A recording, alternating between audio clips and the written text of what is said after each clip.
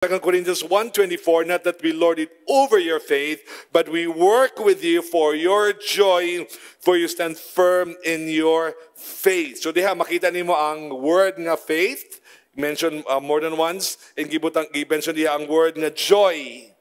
And dili sila contradictory. Dili ka na luwas, ni dool sa Ginoo kay napugos lang ka, dili ka na naluwas, nagduol sa Ginoo kay sa imong sulod, kanang murag, wala man ko'y choice.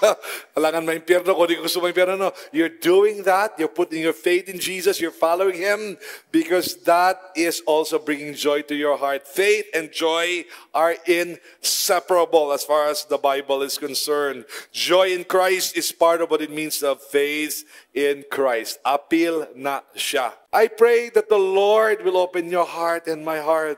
The Panginoon faith, dili na contradictory sa joy. Pagsalig kay Jesus, dili na pag-antos.